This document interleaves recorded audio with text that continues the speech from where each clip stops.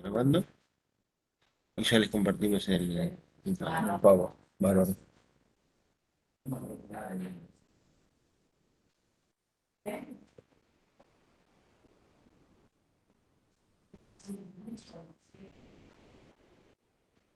Perfecto, gracias. Ya está. No, no. No, pues les va a compartir el pago.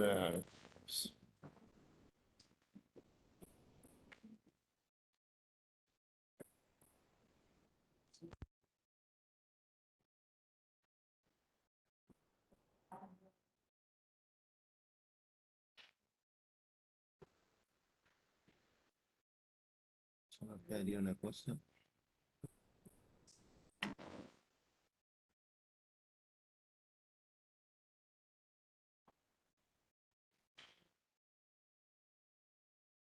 Solo quedaría probar el audio.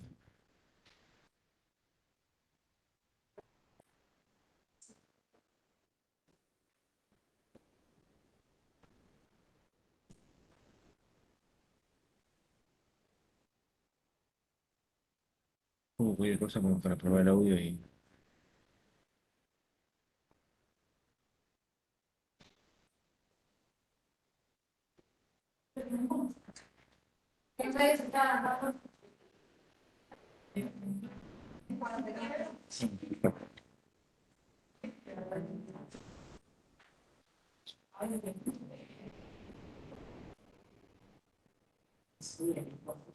Esto con F5, pues pantalla completa.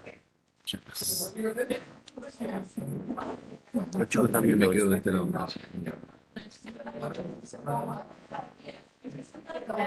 Está sí, ya, ¿verdad? Bueno, pues sacamos. Sí. Listo. Si quieres la pones acá y vas a activar los chicos también acá y todo eso. Cualquier cosa. Dale. ¿Está acabando o está por acá abajo?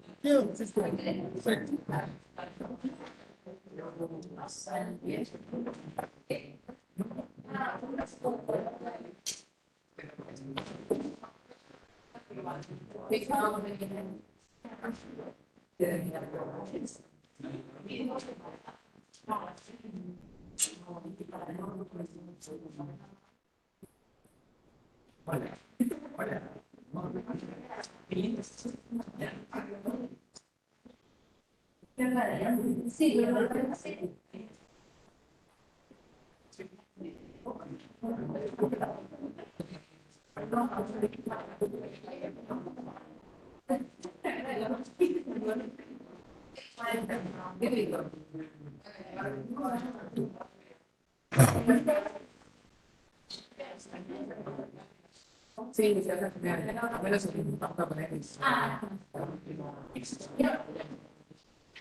Buen día. ¿Cómo están?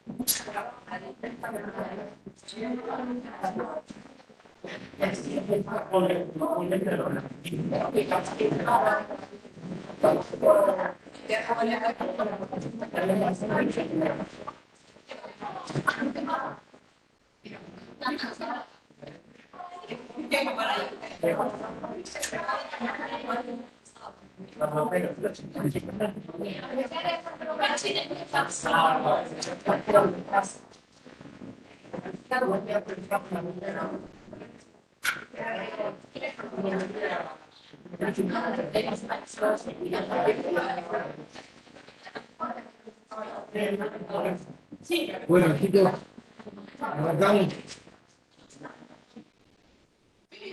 Buen día. Bueno, algunos los conozco de la tarde. Soy Fernando Mira, soy cirujano, soy especialista en cirugía general y especialista en flebometría. Lo que incorporamos este año es una charla, un seminario de trastornos venosos. Sí, que los trastornos venosos van acompañados de la patología linfática, porque anatómicamente es así, van juntos, y porque también tiene un mecanismo ascendente. O sea, que fisiológicamente también la linfa y la circulación venosa son centrípetas. Así que por eso la verdadera especialidad es flebología y linfología. Bueno, vamos a empezar con casos clínicos. Son 4 en la urgencia y 4 en consultorio. Que te interrumpa. Está la clase. No sé si puedes hablar cerca de la computadora porque no te escucho. Perfecto. Confírmame ahora cómo va el audio. ¿Está mejor ahora? Ahí se escucha bien, profe, gracias. Bueno, perdón. ¿Cómo? No. Sí, sí, la verdad, sí. Papá, yo apreté grabar. Más de ahí, sí, sí, en teoría sí. Bueno, ¿por qué es esto? ¿Por qué flebología? Primero por la prevalencia que tiene la patología flebológica. Los trastornos venosos son muy frecuentes, muy frecuentes. El porcentaje de población afectada por problemas venosos es altísimo. Así que no es recomendable desconocer esta patología. Y aparte se van a cruzar, hagan la especialidad que hagan, con problemas flebológicos en la urgencia y también en la consulta programada. Así que es necesario que tengan una idea general de lo que van a ver cuando empiecen la atención directa sobre los pacientes. El primer caso es una mujer de 57 años que está recibiendo quimioterapia de forma ambulatoria porque tuvo un cáncer de mama. Se operó hace unos meses, 2 meses. Ya van a ver que esto es importante, no es lo mismo si se operó hace 2 meses que si se operó hace 2 años. Y es una paciente que tiene una obesidad, es sedentaria y ha sido fumadora. ¿Y por qué consulta? Porque tiene dolor y edema de aparición brusca en el miembro inferior. Recuerden estos datos que son poquitos para que sea fácil acordarnos y no tener que volver a esta diapo todo el tiempo. Bueno, con esto que charlamos recién, ¿qué harían con esta paciente? ¿Cómo evaluarían primero a esta paciente? ¿Qué harían primero? ¿Semiología? ¿Examen? Una buena anamnesis. Bien. En la anamnesis es todo lo anterior, que es lo que vimos más o menos en los antecedentes personales de esta paciente. Más que esto, la paciente no refiere, que había fumado, que fue operada de un cáncer de mama, todo eso sí. En la semiología, entonces, pasamos a maniobras semiológicas, que siempre debe ser lo primero. ¿Qué maniobras semiológicas le haríamos a una paciente que tiene hinchada la pierna y dolor. Especificar a ver si hay edema, si hay veces de calor, la inversión, a ver la extensión de su correspondiente de la piel Ujú. y nada, pulsos, la comparación entre miembros, Perfecto. si acá al levantar la pierna, por ejemplo, Bien. Bien. Bueno, muy bien. hablamos sobre la trayectoria de la enfermedad actual, o sea, si fue brusco, Fue si brusco. antes apareció algo por No, fue repentino. Dolor repentino y edema repentino. Con toda esa carga de antecedentes que son importantes. Son antecedentes oncológicos y de quimio encima. Claro, está bien. No tuvo otro. Es el primero que tiene y se presenta de esa forma. Bien, bien, perfecto. No tiene ninguna lastimadura. No tiene ninguna lesión. Parecería que no es externo, el origen por lo menos. Y si algo interno, porque en realidad más allá del edema tampoco vemos mucho. No hay en realidad enrojecimiento, no hay heridas, hay buenos pulsos, hay edema y hay dolor. ¿Qué pensarían ustedes como diagnóstico presuntivo, como primer diagnóstico? No importa que sea el correcto, pero ¿qué pensarían que tiene esta paciente con esos antecedentes y con lo que ella cuenta? Una TBP, exactamente. Una trombosis venosa profunda. Ese es el primer diagnóstico que tienen que pensar, no solo porque es frecuente, sino porque es grave no pensarlo y no diagnosticarlo y no tratarlo, por lo tanto. Así que después veremos qué tan cerca estamos de la TBP o no, pero la idea tiene que ser pensar en eso. Con respecto a la semiología, ustedes van a leer que hay un signo muy clásico que es el signo de Homans, que es el dolor, es un signo de la dorsiflexión, es el dolor a la dorsiflexión del pie justamente en los pacientes que sospecho que tienen una trombosis venosa profunda. Bueno, el signo de Homans en realidad tiene una bajísima especificidad y una baja sensibilidad también. Es decir, que no detecta todos los pacientes que tienen trombosis venosa y es positivo en muchos pacientes que no la tienen. Por lo tanto, es poco sensible, poco específico, por lo tanto, es muy poco fiable para el diagnóstico de trombosis venosa profunda el signo de Homans. Signo de Homans se hace acostado, clásicamente la pierna puede estar estirada o a una variante semiflexionada y se dorsiflexiona el pie y hay dolor en la pantorrilla. Pero eso le puede dar un desgarro, una ruptura plantar delgado, una patología musculoesquelética y también hay trombosis venosa profunda que el Homans es negativo. O sea que no es un signo útil. Por lo tanto, la semiología es indispensable hacerla, temperatura, pulsos, edema, godet, medir el edema con respecto a la pierna contralateral, pero en realidad vamos a tener que recurrir a un score para poder determinar si este paciente tiene una alta o una baja probabilidad de tener una trombosis venosa profunda.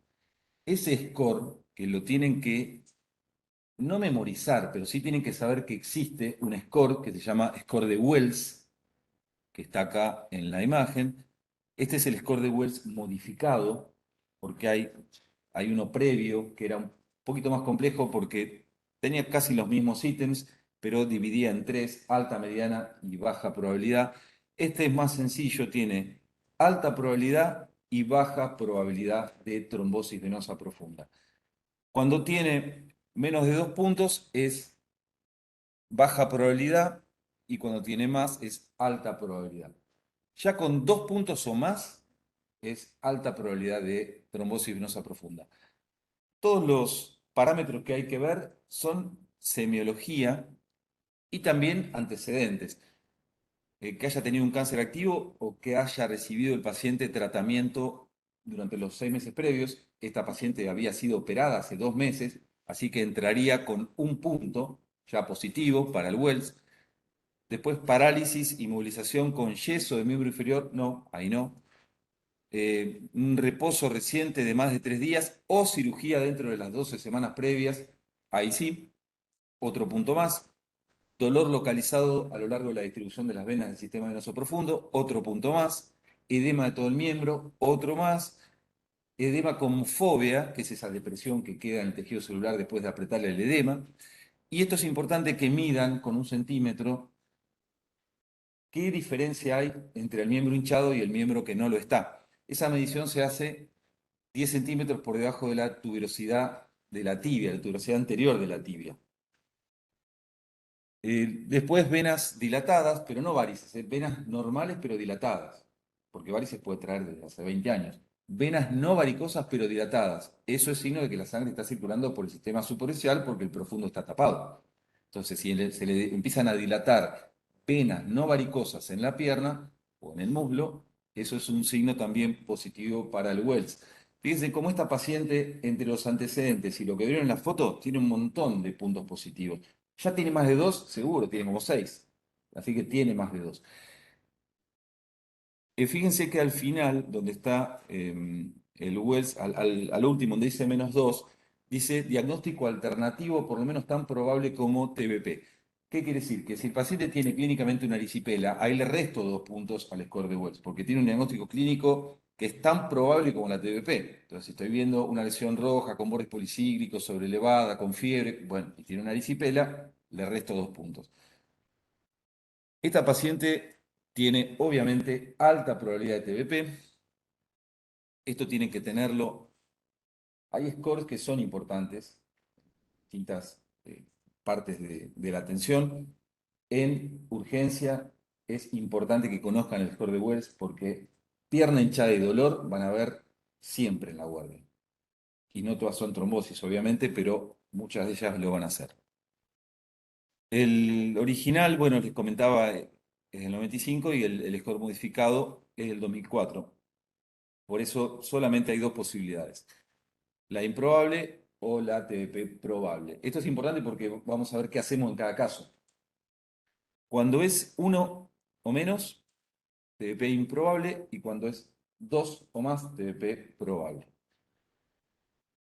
Entonces, ¿es necesario hacer algún laboratorio o alguna imagen? Esta paciente, recuerden que tenía un score de Wells altísimo, creo que sumaban como 6 puntos ahí. Entonces, ¿qué hacemos? ¿Laboratorio o imagen? Y en el caso de que sea laboratorio, ¿cuál? Y en el caso de que piensen en una imagen, ¿cuál? Si fuera una imagen, ecodoppler venoso. Perfecto. Y si fuera un laboratorio, dímero D. Perfecto. Sí, se pide, no en todos los lugares, pero generalmente hay. Hay que averiguar si es cuantitativo o cualitativo para interpretarlo, pero sí. Ahora, ¿creerían correcto con un score de Wells de 6, una TBP probable, pedir un dímero D o hacer un ecodoppler de urgencia? Ecodoppler de urgencia, sí, bien, perfecto. Entonces, acá vemos, Wells igual o menor a 1, que no es el caso este, TBP no probable, ahí sí pido un dímero D. Ahí pido un dímero D. No pido un ecodoppler, porque ecodoppler no hay de urgencia en todos los centros asistenciales y hay que saber a qué paciente pedirlo y a qué paciente no. No es que a toda la pierna hinchada le voy a pedir un ecodoppler. Eso es un mal uso de un recurso y lleva después a pedir ecodoppler por lipedemas, linfedemas, erisipelas, cualquier cosa. Total, pierna hinchada puede ser, ahora van a ver en algunos casos clínicos que vamos a mostrar hoy, que tiene más de 30 causas. Entonces, no podemos pedir un ecodoppler si no tiene un score de Wells mayor a 2. En el caso de que tenga el score menor a 1, ahí sí pido el dímero D. Tengo que chequear que mi laboratorio tenga esta determinación. Averiguar cuál es el punto de corte, que habitualmente es 500, pero cada laboratorio puede tener un punto de corte diferente. Y si el resultado es menor al punto de corte de la institución donde yo trabajo, puedo excluir la TBP directamente. Con un score de Well bajo y un dímero D negativo, este paciente no tiene una TBP. No hay que hacer más nada. No hay que hacer más nada, no. Hay que examinar si no tiene un desgarro en el músculo. Podré pedir una ecografía de partes blandas, pero no sigo por el camino de la TBP.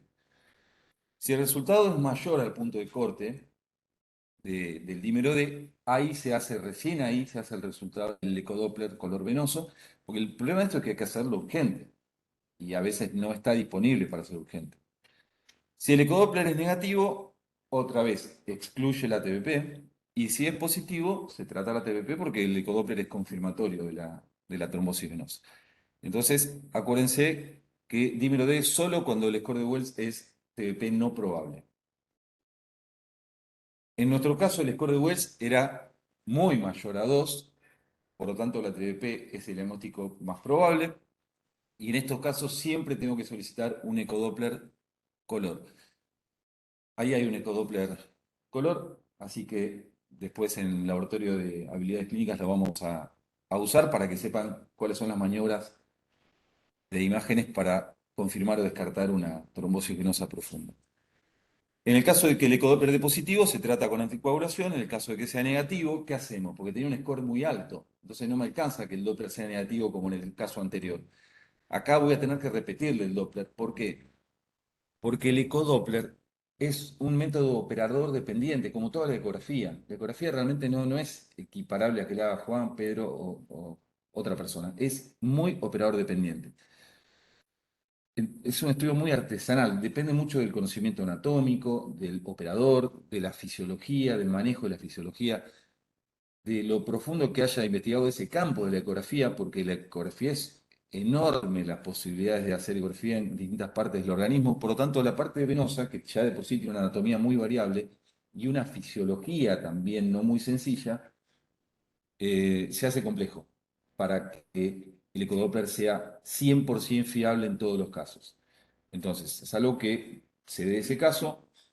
Lo correcto es repetir el ecodoppler dentro de la primera semana, porque hay algunas trombosis venosas que son de difícil diagnóstico hasta para el ecografista más experimentado, que son las de la rodilla para abajo. Las trombosis soliogemelares de la pantorrilla no son tan fáciles de diagnosticar. En cambio, las femoropopliteas son bastante más sencillas.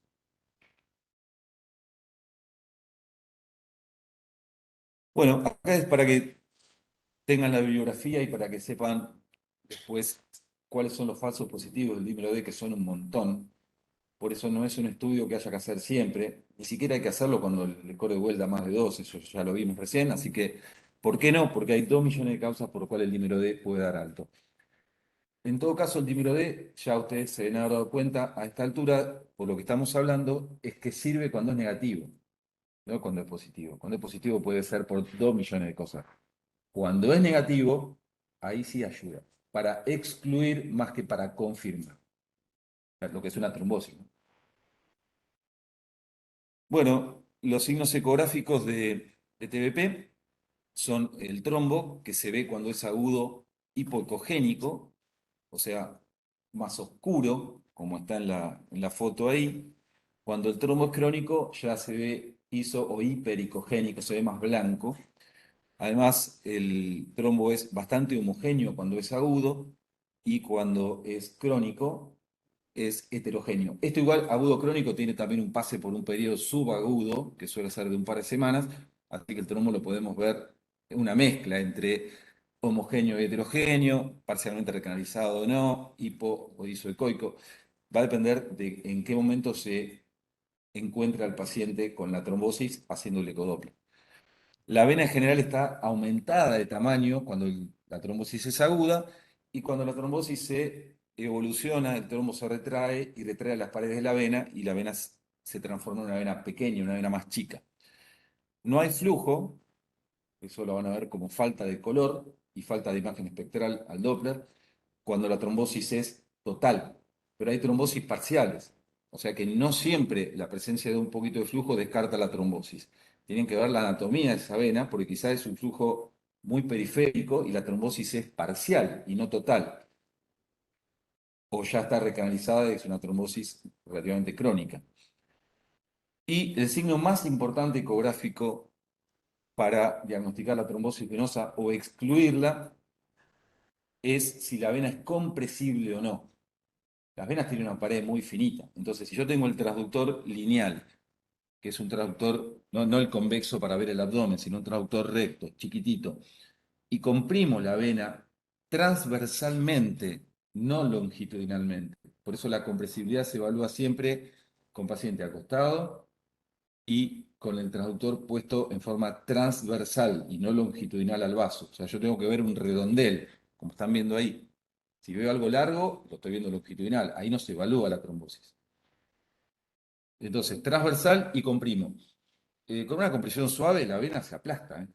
Si no se comprime, esa falta de compresión con parcial o total, no importa que sea 100% o 50%, pero si queda la vena visible después de la compresión, con el traductor transversal, eso es un signo de trombosis venosa. Claro, es en la parte de la vena donde está el trombo exactamente, o toda la vena tiende a ser así. El trombo puede afectar un territorio venoso extenso, por ejemplo, arrancar en la ilíaca y tomar la femoral común, la femoral superficial y hasta la poplitea. Puede arrancar de abajo, como son la mayoría. Generalmente las trombofilias arrancan de arriba, pero las trombosis por reposo o por viajes o por yesos arrancan en el territorio del sóleo y del gemelo y después ascienden. Entonces, de acuerdo a dónde esté esa trombosis anatómicamente, va a ser más fácil o más difícil diagnosticarla, pero siempre el traductor va a no tener compresión en el lugar de la trombosis.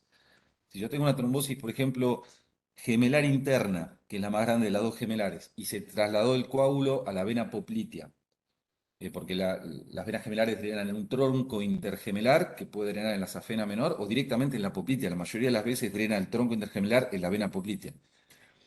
Si yo tengo progresión de coágulo a la vena poplitea, voy a ver que no puedo comprimir la vena poplitea, pero la femoral la veo bárbaro. O sea, si la trombosis no es femoropoplitea, no va a haber problema.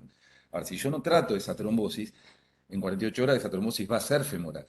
Y en una semana puede ser un TEP, o antes, un tromboembolismo pulmonar. Así que la falta de compresión se refiere al lugar donde está el coágulo. Si la trombosis es grande, va a ser un territorio grande, y si no, no. Bueno, ¿qué conclusiones tiene este caso clínico? Para resumir todo lo que vimos recién. Clínica y antecedentes compatibles con trombosis venosa profunda, sí. Hay que usar el score de Wells, es mayor a 2, por lo tanto es una TBP probable. No es necesario solicitar dímero D en este caso, por lo que vimos recién. Debe hacerse un ecodoppler color venoso de urgencia, sí o sí. Hay que comenzar con tratamiento anticoagulante, eso se empieza con enoxaparina, cada 12 horas, si el paciente pesa 80 kilos, serán 80 miligramos cada 12 horas, es 1 miligramo por kilo cada 12 horas. A las 48 o 72 horas se empieza a cabalgar el tratamiento de la enoxaparina con acenocumarol, que es un anticoagulante oral de uso muy histórico, se sigue usando todavía porque es económico. En el caso de que usemos el acenocumarol, que ustedes ya lo van a escuchar con el nombre comercial de Sintrom, es el más conocido, pero hay otros. Hay que llevarlo hasta un RIN entre 2 y 3. El RIN es el rango internacional normatizado. Eso todos los laboratorios tienen un RIN, que es la forma de controlar la anticoagulación. El RIN normal, nuestro, que no estamos, bueno, no sé si alguno estará anticoagulado, pero si no está ninguno anticoagulado, el RIN es 1. Nuestro RIN es 1.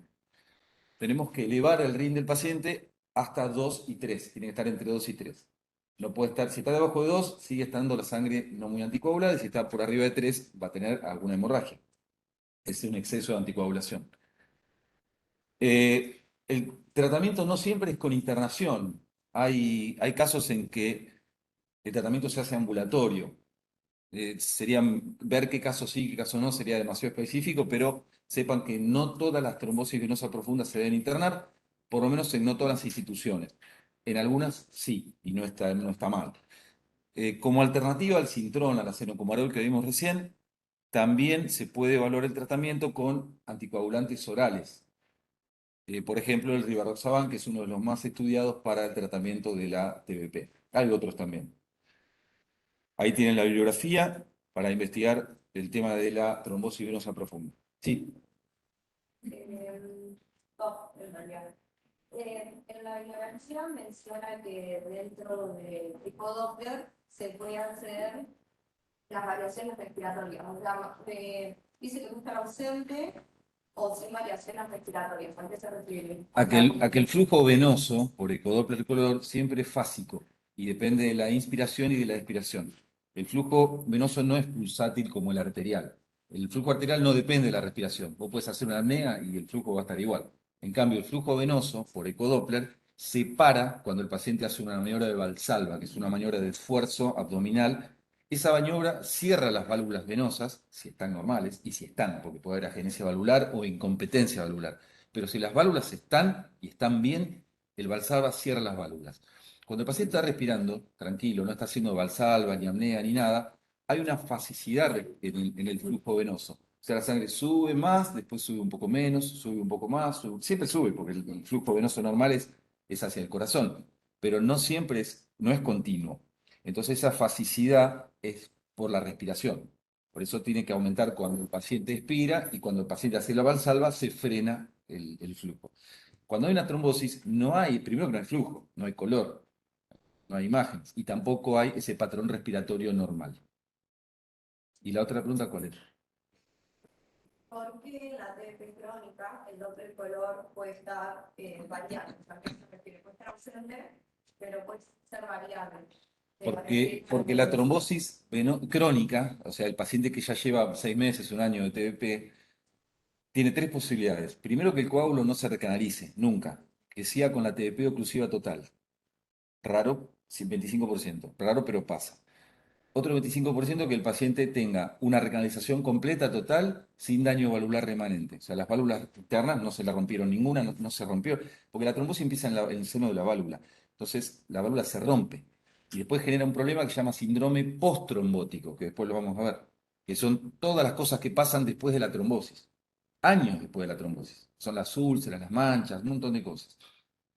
Y la otra posibilidad que el paciente tiene es que se recanalice, pero no quede bárbaro, sino que quede con daño postrombótico. O sea, que no recanalice, que recanalice y cure completamente, que el 25 y 25 son estas dos, y el otro 50 es que recanalice, pero con daño postrombótico, o sea, con algún grado de insuficiencia venosa profunda, que es lo que a veces la gente viene y dice, tengo varices internas. Las varices internas en realidad no existen. A lo que se está refiriendo, pues, no se dilatan las venas internas como varicosas. La varice se refiere a la dilatación de una vena. Pero sí es correcto hablar de insuficiencia venosa profunda, que sería el equivalente a la varice interna, para que entienda el paciente. Y esa insuficiencia venosa profunda es postrombótica en este caso, porque la válvula se rompió, no contiene el retorno, o sea que el paciente se para y la sangre va para abajo. Eso no es normal. ¿Sí? Por eso es raro la interpretación del Doppler crónico. Hay que saber síndrome postrombótico, porque ya no es agudo, que es más fácil. ¿Sí?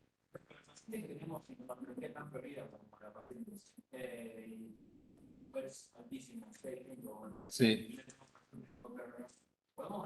Sí, sí, sí, lo correcto es eso. Si tenés un Doppler con alta, perdón, Doppler no, un Wells con alta probabilidad de TBP, con todos esos antecedentes y ese score de Wells altísimo, y vos pedís el ecodoppler porque tenés que documentar la trombosis y la extensión de la trombosis, pero en realidad tenés el diagnóstico ya. Entonces, lo correcto es comenzar la anticoagulación. Si el ecografista viene en 10 minutos, genial. Si no viene, el anticoagula. Y el Doppler se hace mañana.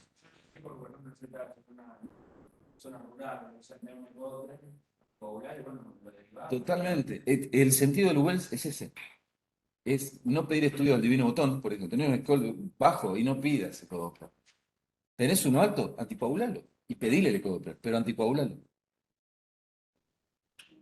Pero, o sea, se podría afirmar que fue por ecográfico, digamos. El diagnóstico de certeza es ecográfico por ecodoppler. El diagnóstico clínico, si tenés un score de Wells de 6 y no lo anticoagulás, es un error gravísimo. Porque estás esperando que una máquina te diga lo que vos ya sabés clínicamente. Además, el riesgo de anticoagular a un paciente en dosis correctas, como vimos recién con enoxaparina, en el caso de no tener una TP, es muchísimo más bajo que el riesgo de no tratar una trombosis venosa profunda correctamente en tiempo.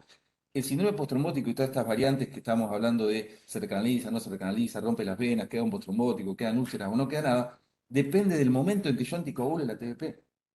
El paciente es como el infarto y la estreptoquinasa. Si yo tengo una TP y lo anticoagulo rápido, y el paciente va a tener más chances de estar mejor y de no desarrollar todo un síndrome postrombótico florido los años, toda su vida, porque esto le va a quedar toda la vida. ¿Eh? Esto no mejora con el tiempo.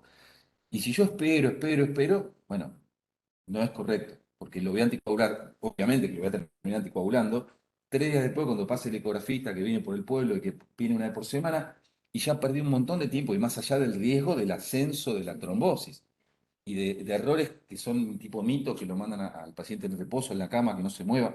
eso enlentece más la circulación venosa y genera más trombosis todavía. Bueno, es un combo ideal para que ande todo mal. Bueno, paciente de 65 años, el segundo caso en urgencia, estos están en la guardia, porque estos van a venir, no van a venir al consultorio en general, van a la guardia.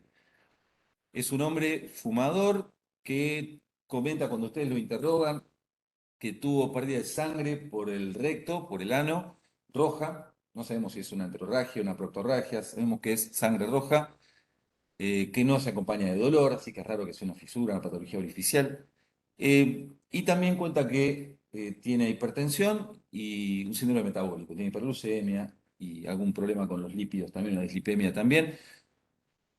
Bueno, ¿por qué viene? Porque tiene dolor y porque tiene un enrojecimiento, pero ya no un enrojecimiento a la vista y nada más, sino que es palpable, un cordón palpable, duro, doloroso y rojo y caliente.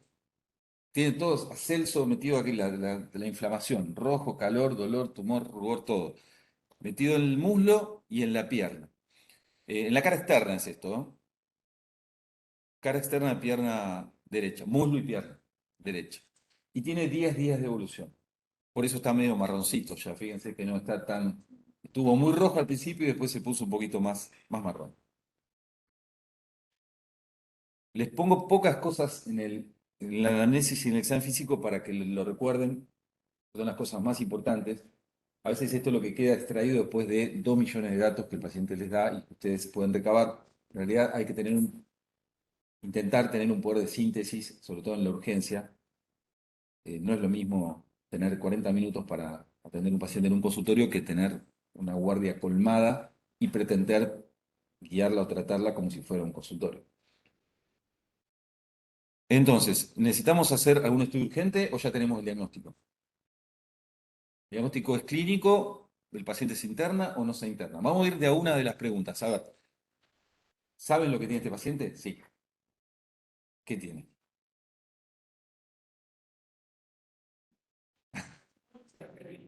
¿Cómo? Tirá, ¿qué tiene? Dale. Flebitis, bueno, perfecto. La vena está inflamada, está inflamadísima. Puede ser el término correcto o puede no serlo, ahora lo vamos a ver. Pero sí, tiene una flebitis. Pero la flebitis es como medio, ¿qué es? ¿Una inflamación? ¿Es una infección? Porque viste que itis puede ser infección o inflamación, depende del contexto, ¿no? Bueno, vamos a ver que a veces el término flebitis está bien usado y a veces el término correcto es una trombosis venosa superficial. Eh, entonces, hacemos el diagnóstico de tromboflebitis o de trombosis venosa superficial, que la diferencia sería, la tromboflebitis es la trombosis que afecta a venas varicosas y la trombosis venosa superficial es la trombosis que afecta a venas sanas, o sea, no varicosas. Yo doy por entendido que saben lo que es una varice, pero ¿saben lo que es una varice? ¿Les suena? ¿Cómo? Acá. Todos sabemos cuando las vemos, pero no sabemos definirlas.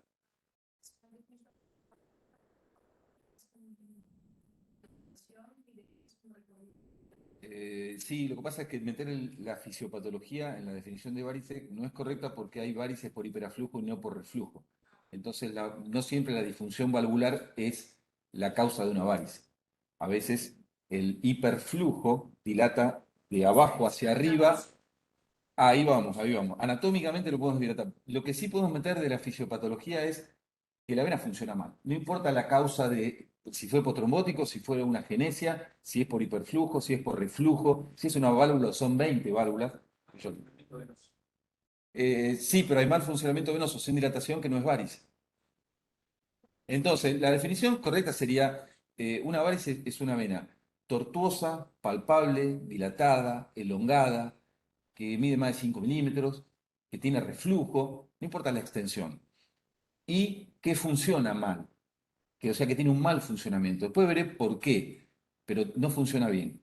Se han alejado, las válvulas venosas son dos, son bivalvares, se han alejado por algún motivo. Por herencia, por debilidad mesenquimática, por destrucción postrombótica, por lo que sea, pero no funcionan bien. Pero cualquier vena visible no es una varice, porque si no, todos los deportistas tendrían varices, las personas que son flacas tendrían varices, todas las venas visibles en los pliegues, que es normal ver venas, serían todas varices. No, o en el dorso del pie, en el dorso de la mano, que las venas se ven normalmente, la gente, pero viene todo el tiempo al consultorio, quiero que me saque las varices de la mano, o la varice del empeine. Sí, no. Entonces explicar lo que es una varice y lo que no es una varice. Una vena visible no es una varice.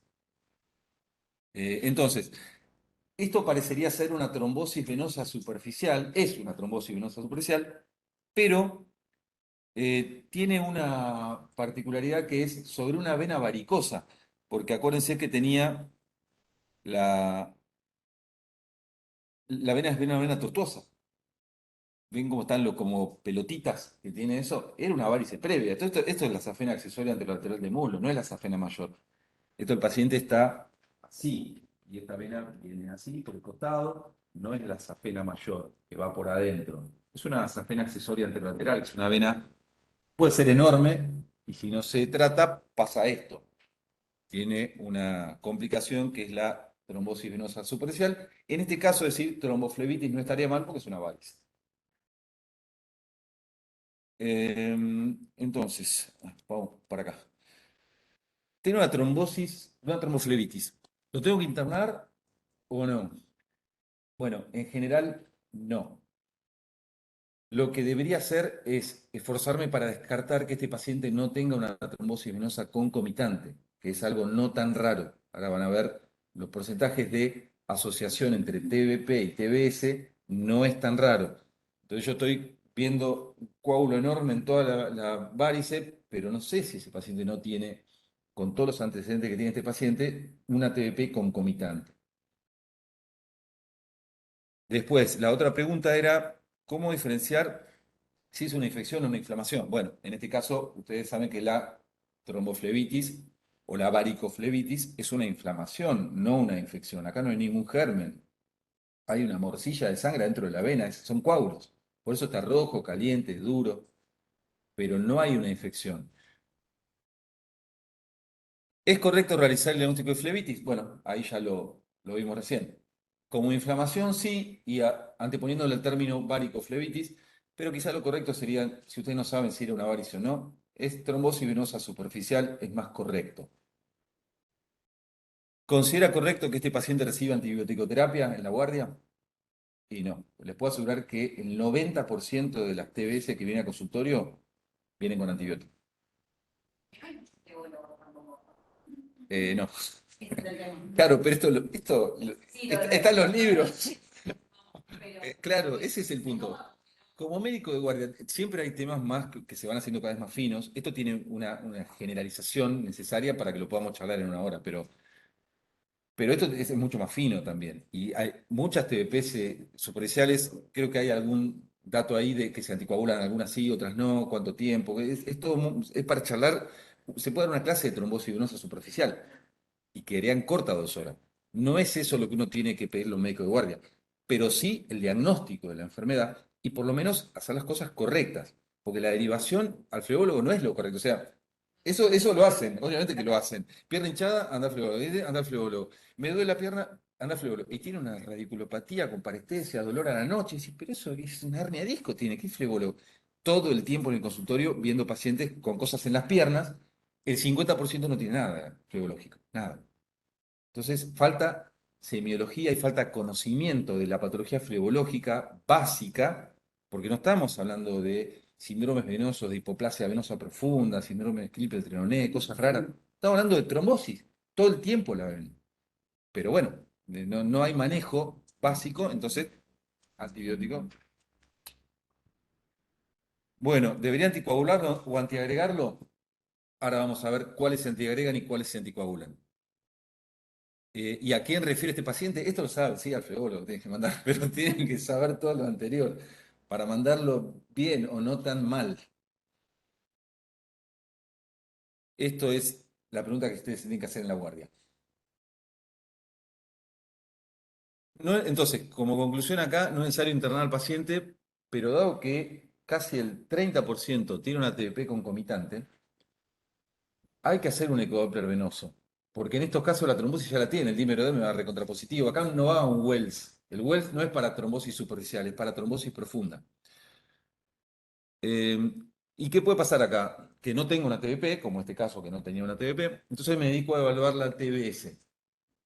Si la trombosis venosa superficial no es axial, axial se refiere a los troncos afenos, o sea, a las venas más importantes, o sea que es colateral, como esa que ven ahí. Este paciente tiene una vena colateral, es una accesoria. Y si es axial, pero es infrapatelar, o sea, de la rodilla para abajo, ahí puedo dar antiinflamatorios, frío, heparina local, elastocompresión con venda, aspirina, ya lo puedo antiagregar. Pero si la trombosis venosa superficial está en la safena mayor o safena menor, lo que era antes la safena interna o la safena externa, o la safena magna o la safena parva, todos son sinónimos, y es suprapatelar, o sea, está en el muslo, tengo alto riesgo de que esa trombosis de la vena safena suprapatelar progrese hacia el callado safenofemoral, que se acuerdan que la vena safena mayor desemboca en la vena femoral, y la vena femoral es profunda. Es profunda. Entonces, eso ya deja de ser una TBS y es una TBP. Y muchas veces la trombosis superficial tiene un coágulo flotante a 2 centímetros del callado. Eso es equivalente a una TBP prácticamente. Así que, ¿dónde está la trombosis superficial? Es importantísimo para ver si lo anticoagulo o si lo antiagrego.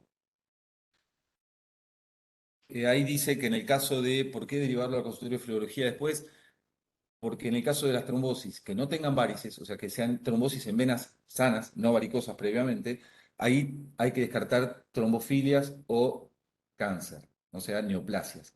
Muchas veces la trombosis venosa superficial es un síndrome paraneoplásico, o sea, es como un aviso de que el paciente tiene debajo un tumor. No todos, obviamente, y ahora vamos a ver cuál es más probable que lo tengan y cuáles no, pero me ha pasado en años de encontrar muchos pacientes con cáncer de colon, o cáncer de ovario, o cáncer de pulmón, que habían venido al consultorio de flebología por una trombosis venosa superficial. Y después los terminé operando, a ser cirujano, la paciente le trataba la trombosis venosa superficial, después le pedía la colono, tenía un cáncer de colon, le hacía la colectomía. Es un signo precoz de SA. O sea que lo bueno es que no es tan frecuente, que sea paraneoplásico, pero está. Pero en general son tumores no muy avanzados, porque en realidad no han dado síntomas todavía. El único síntoma que tiene es la trombosis venosa.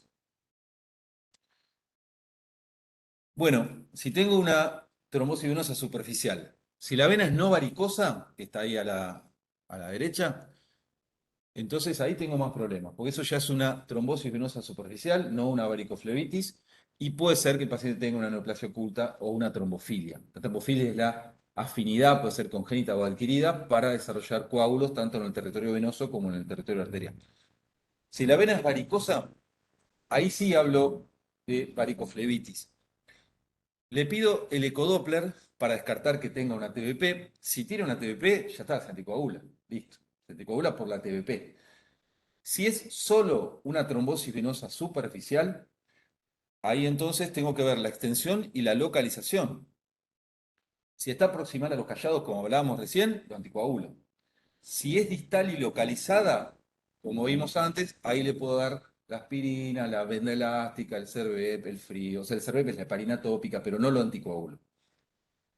En todos los casos, fíjense cómo se junta abajo tanto la anticoagulación como el tratamiento con AINE.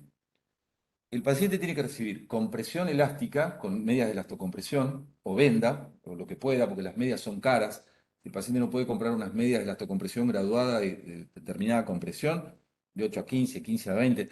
Bueno, nada, que compre venda. La venda es mucho más barata, la venda elástica. 10 centímetros de ancho, tiene 2,5 metros de largo cada venda sin estirar, se compra una venda y ya le llega hasta la rodilla. Y deambulación. Esto acuérdense porque esto es otro error frecuente. En algún momento se pensó que estar en cama un mes era bueno para que el coágulo no viajara a ningún lado. Para que el coágulo no viaje, lo ideal es anticoagularlo al paciente. Ya está. Ahora, el reposo agrava los problemas de trombosis porque enlentece más la circulación venosa. Entonces, lo más probable es que ese coágulo siga ascendiendo y termine más arriba de lo que hubiera terminado si el paciente hubiera caminado. Eso pasó con mi mamá. Ella tuvo una post cesárea, de mi cesárea, 89. y la vez menos 30, yo tuviera los 30 días ahí de reposo y bueno,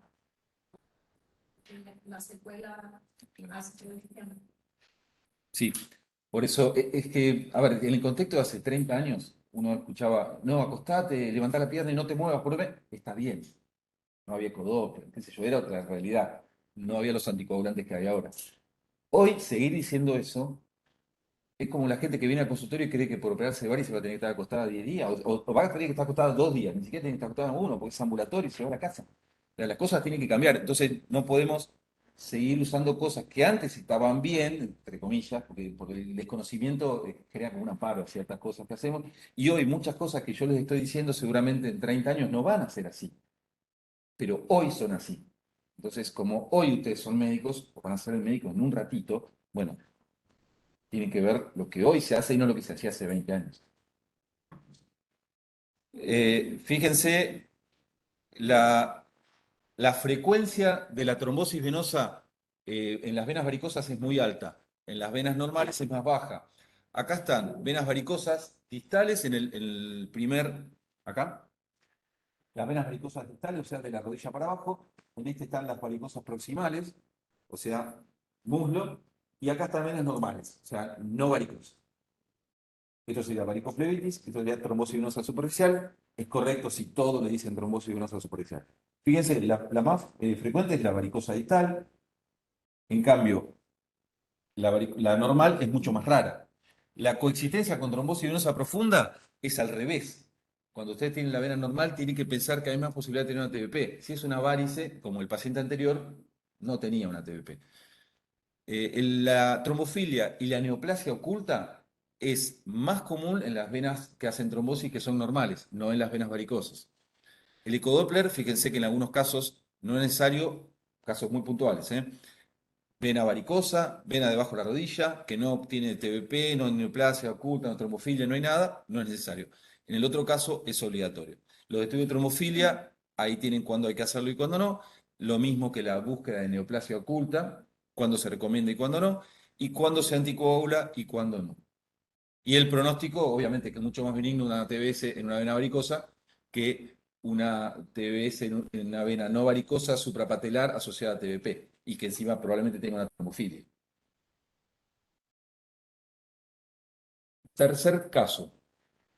Viene este paciente de 50 años que tiene insuficiencia venosa crónica, que consulta por un sangrado en la cara interna de la pierna mientras se estaba duchando. Como se supone que nos duchamos todo con agua caliente, tienen que asociar que el calor tuvo algo que ver con el sangrado venoso que tiene esta persona. Bueno, ¿qué tiene esto? ¿Cómo se llama? Antes, insuficiencia venosa crónica es la forma correcta de llamar a todas las personas que tienen problemas, que tienen flebopatías. Ahora vamos a ver que hay una clasificación, pero no es, tiene varices, tiene insuficiencia venosa crónica. Después veremos si son arañitas, varices, trastornos tróficos, úlcera, trombosis, pero es insuficiencia venosa crónica. Esa es la forma correcta de denominar las flebopatías. Bueno, ¿qué tiene? ¿Cómo se llama esto? Sangrado de una vena. Venorragia, sí, está bien. Varicorragia, es parecido. Varicorragia, no es difícil. Bueno, entonces, ¿qué tiene? Una varicorragia, un sangrado de origen venoso.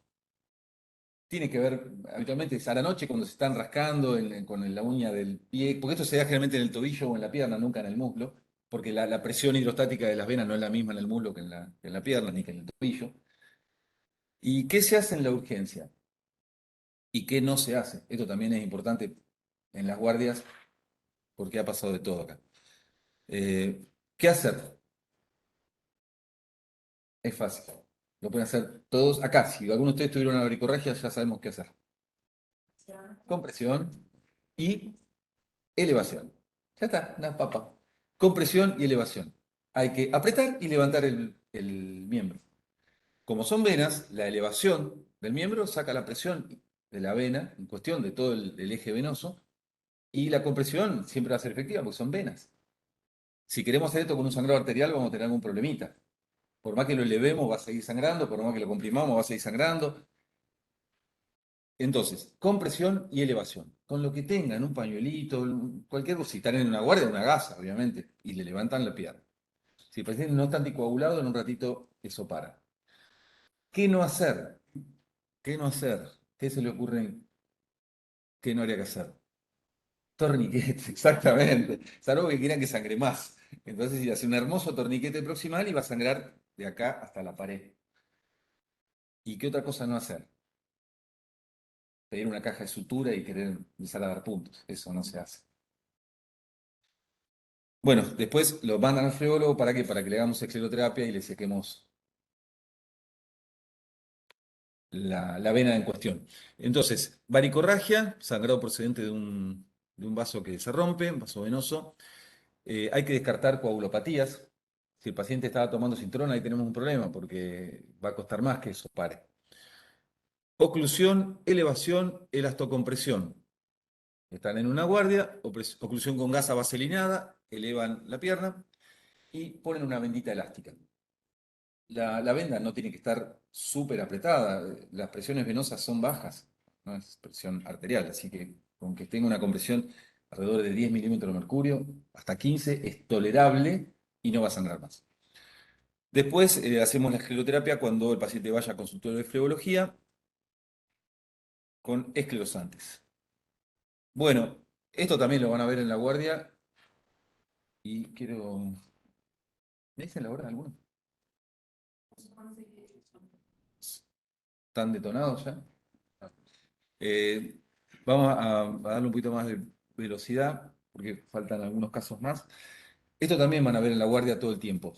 Paciente que viene no solo con la pierna hinchada y dolorida, sino ahora roja.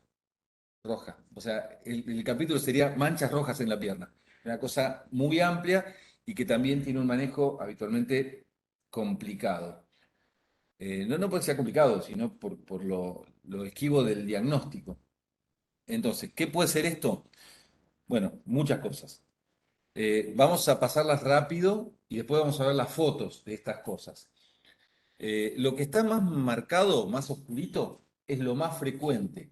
Y lo que no está marcado son patologías raras. La tendencia en general es a priorizar lo frecuente, lo cual está bien, pero en realidad hay muchos pacientes que tienen patologías raras y si le preguntamos a ellos qué opinan de eso, no les va a parecer muy bien. La frecuencia no es lo que debe decidir lo que uno tiene que estudiar. Uno tiene que saber todo. Lo frecuente lo va a ver más. Lo raro lo verá menos, pero lo va a ver. Si lo sabe ver, si no, no lo va a ver.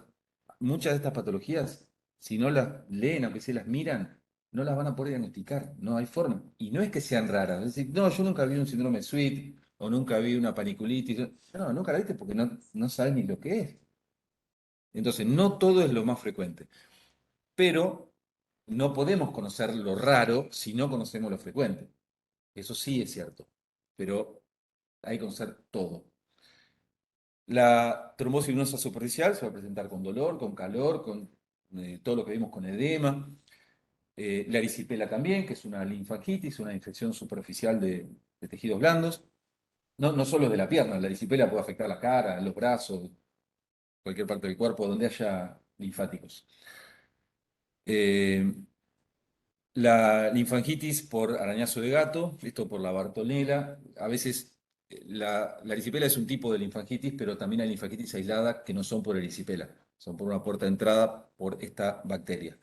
La celulitis bacteriana es más profunda que la celulitis. Es también una infección de partes blandas, pero es más profunda, afecta el tejido celular. La urticaria, que bueno, son la roncha, el abón, el angioedema agudo, esto mediado por IgE. La livedo reticularis, que ahora van a ver, es como unas manchas. Si alguna, digo alguna porque generalmente yo lo que veo en consultorios, 99% son mujeres, se pegan al calefactor y tienen todo manchado atrás después de la cola y los muslos, la cara posterior de los muslos, que es por el calor. Pero también hay livedo reticularis que son secundarias a enfermedades autoinmunitarias, por eso hay que estudiarlas. Entonces, coloración azul, rojo, azulada en forma de red, que puede ser primario, que se llama cutis marmorata, o secundario, que puede ser a lupus, poliarteritis nodosa, artritis reumatoide, diabetes, PBC, y la lista sigue. Linfogranuloma venéreo, que lo vimos cuando vimos hernia paredes, para descartar las tumoraciones inguinales, habíamos visto que las adenopatías inguinales podían ser por linfogranuloma por clamidias. La eritromelalgia, que también puede ser, es una pierna roja, después van a ver una foto, con temperatura aumentada en pacientes jóvenes, puede ser idiopático, que esto es mediado por prostaglandinas, o secundario a un trastorno mieloproliferativo, policitemia vera, leucemia. Síndrome de antifosfolípidos, síndrome de Hughes, que es también, se puede dar como distintas variantes de alteraciones de color en la piel, e inclusive habíamos visto que la livedo reticularis puede ser asociada a un síndrome antifosfolípido. Las trombosis también se asocian al síndrome antifosfolípido. La eritrodermia, que es como una descamación que afecta una superficie muy extensa del cuerpo, puede ser farmacológico, psoriasis, linfomas cutáneos. El eritema nodoso es bastante frecuente, ese que está en el punto 12. Van a ver pelotas rojas en la pierna. Van a decir, ¿esto qué es una trombosis? ¿Es un grano? ¿Es una urticaria? No sé lo que es. Entonces, bueno, acuérdense que un nódulo rojo, doloroso, habitualmente bilateral y generalmente cara externa o posterior, es un eritema nodoso, hasta que se demuestre lo contrario. El eritema nodoso tiene montones de causas, no es una enfermedad, es un signo cutáneo dermatológico de muchas enfermedades. Puede ser por enfermedad de Crohn, por enfermedad inflamatoria intestinal, por una colitis ulcerosa idiopática, por una TBC, una sarcoidosis, por infecciones por estreptococo. Hay un montón de causas del eritema nodoso. La necrobiosis lipoídica, esto se ve en diabéticos, ahora van a ver una foto. Pioderma gangrenoso también es bastante frecuente. Es una úlcera con necrosis, pero que no está contaminada y se asocia al fenómeno de patergia. La vasculitis cutánea, que también es común, el Kaposi, el Stewart Treves, yo vi dos en mi vida, pero son cáncer de piel que afecta a los pacientes con linfedema severo crónico, son fibroedema ya, es un linfangiosarcoma, es un cáncer que afecta a pacientes con piernas muy hinchadas o con brazos muy hinchadas. Uno de ellos fue en el miembro superior, después de un vaciamiento axilar por úlcera de mama, que si el vaciamiento está muy bien hecho, el paciente vive y está muy bien, pero desarrolla un linfedema severo del miembro superior. Y si no se tratan los linfedemas crónicos, no es un tema estético. Una de las complicaciones es la erisipela, porque la erisipela se injerta en los linfedemas siempre, y empeora los linfedemas. Es un círculo muy vicioso entre erisipela y linfedema. Y otra de las complicaciones es el linfangiosarcoma. Líquen amiloide cutáneo, también van a ver una foto ahí, y la fascitis necrotizante, que también van a ver una foto, que es una terrible infección, no solo de la pierna, sino puede estar en el abdomen, en cualquier parte. El herpes zóster, que también está en la pierna, la dermatitis por contacto, el síndrome de Sweet, que está generalmente asociado a fármacos, el carcinoma erisipeloide, también hay una foto después que asemeja una erisipela y en realidad son una metástasis superficial de úlcera de mama, y el Wells, que es más común en pediatría, es una celulitis eosinofílica. La trombosis superficial es lo que habíamos visto antes. La linfangitis es un trayecto rojo, ahí se ve en el empeine, no indurado, no es una trombosis, es un trayecto rojo lineal que sigue el recorrido de los vasos linfáticos. El eritema nodoso, ahí tienen las placas habitualmente bilaterales, pueden ser más chicas, esta es bastante grande, pero pueden ser grandes así. La necrobiosis lipoídica del diabético, acá. La celulitis y la erisipela. La diferencia es importantísima porque la erisipela tiene bordes policíclicos, es una placa sobreelevada, es una infección más superficial y el paciente está en mejor estado general. Y aparte tiene un linfedema previo. En cambio, la celulitis es habitualmente más grave, es más profunda, no tiene bordes polilobulados, no es sobreelevada, el paciente está habitualmente con mucho más dolor, no tiene por qué tener un linfedema previo, tiene generalmente una puerta de entrada que es un traumatismo, una herida, un corte, y en general el estado general del paciente no es tan bueno. La erisipela tiene fiebre un solo día, acuérdense que generalmente la fiebre antecede a que la pierna se ponga así, totalmente roja, entonces el paciente va a la guardia porque tiene fiebre y como todavía no tiene nada en la pierna, y tenés una angina, estás incubando, y al otro día la pierna se le pone así, roja. Eso es una erisipela. Solo 24 horas de fiebre, nada más. Fiebre muy alta, pero que no dura después. Una vez que aparece la erisipela, el calor se va a la pierna, pero el paciente no tiene más fiebre. En cambio, la celulitis, la fiebre dura, dura, y aparte puede progresar hacia planos más profundos. son distintos gérmenes habitualmente. Hay muy pocas ericipelas que no son por estreptococo solo, muy pocas. La vasculitis, quedaba ahí,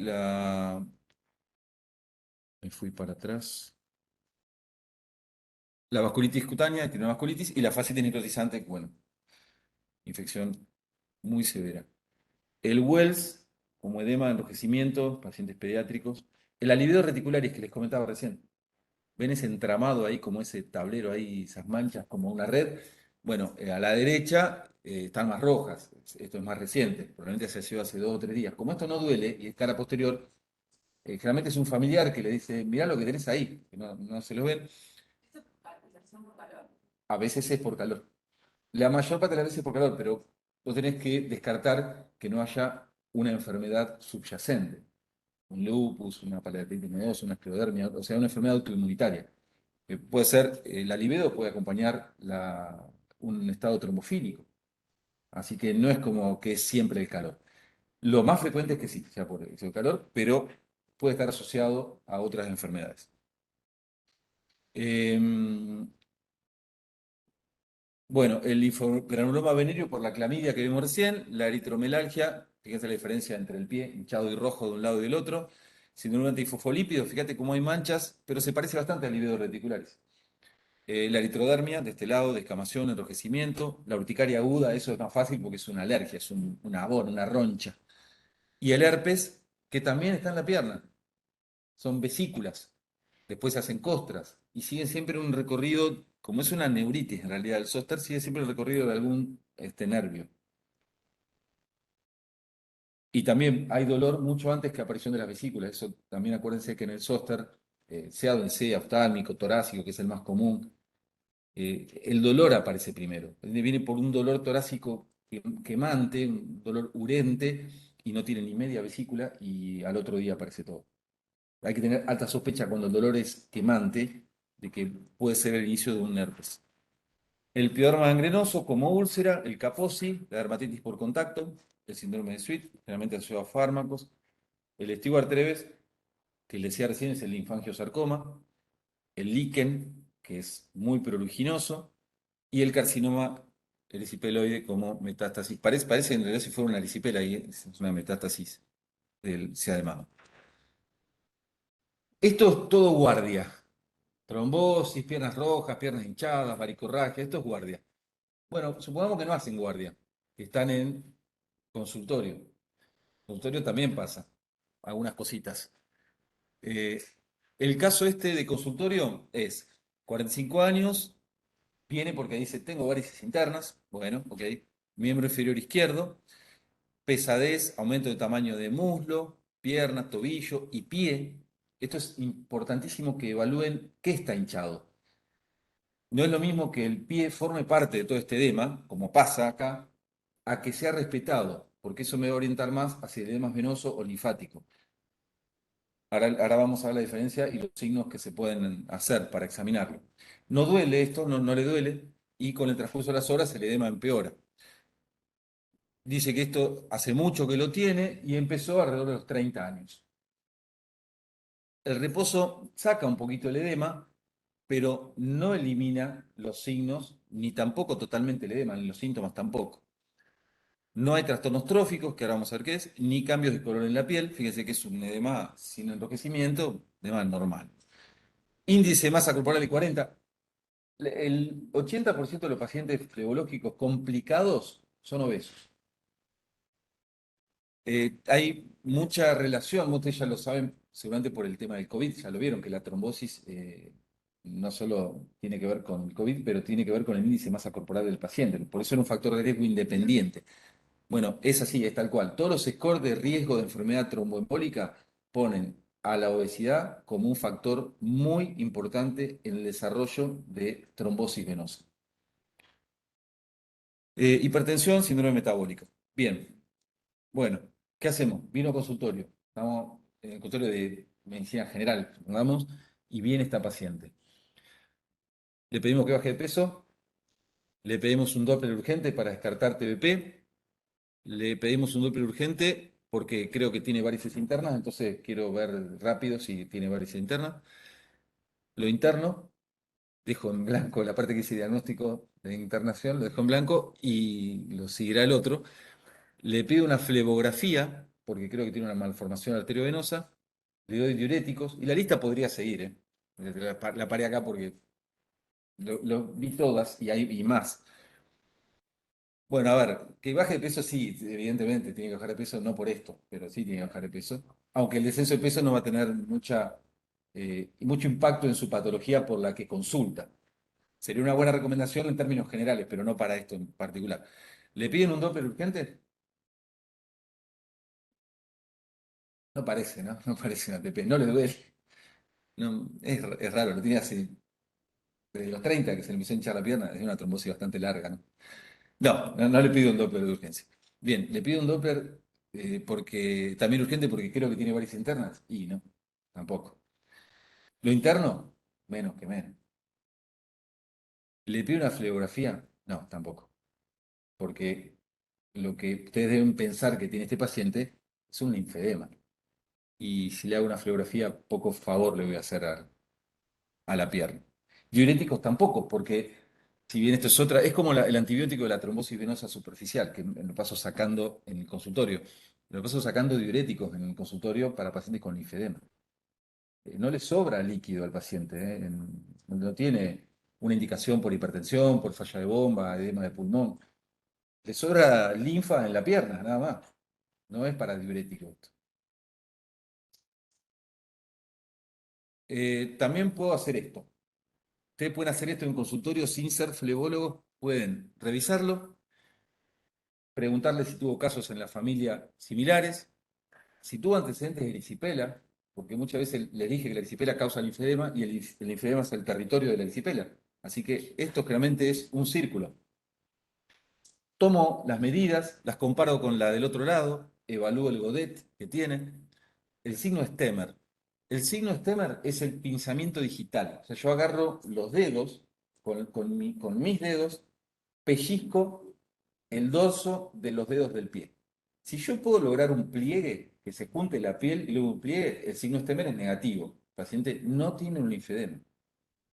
Si los dedos son como morcillas, como gorditos, yo no voy a poder plegar el dorso de los dedos del pie. Entonces, eso es un signo Stemmer positivo. Eso es diagnóstico clínico del linfedema. No es una linfografía radioisotópica, pero en 3 segundos yo ya puedo decirle a ese paciente tenés un linfedema.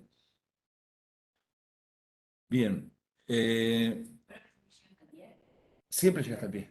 Siempre llega hasta el pie. Si el edema para en el tobillo, es un edema probablemente venoso con escaso componente linfático. Si el edema sigue hasta los dedos, es linfático, seguro. No descarta que tenga una insuficiencia venosa en otro lado, pero sí tiene un linfedema. Ahora, ustedes van a ver que los pacientes generalmente no vienen descalzos al consultorio. Entonces, muchas veces no tienen edema en el pie, pero porque tienen la zapatilla. Y la compresión evita el edema. Pero vos le preguntás, ¿pero se te hincha también el empeine como un globito y si los dedos? Sí, cuando estoy en mi casa, estoy en pata, tengo los dedos así como una morcilla. Listo, ya está. Estémer positivo. Bueno, me fijo si tiene hongos entre los dedos, el intertrigo micótico.